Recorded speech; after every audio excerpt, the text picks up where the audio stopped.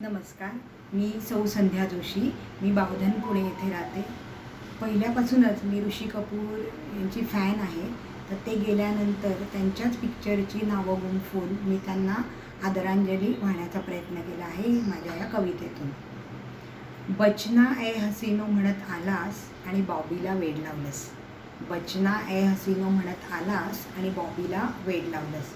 मग कधी दिवाना तर कधी प्रेमरोगी होऊन जीवनाची सरगम छेडत राहिलास.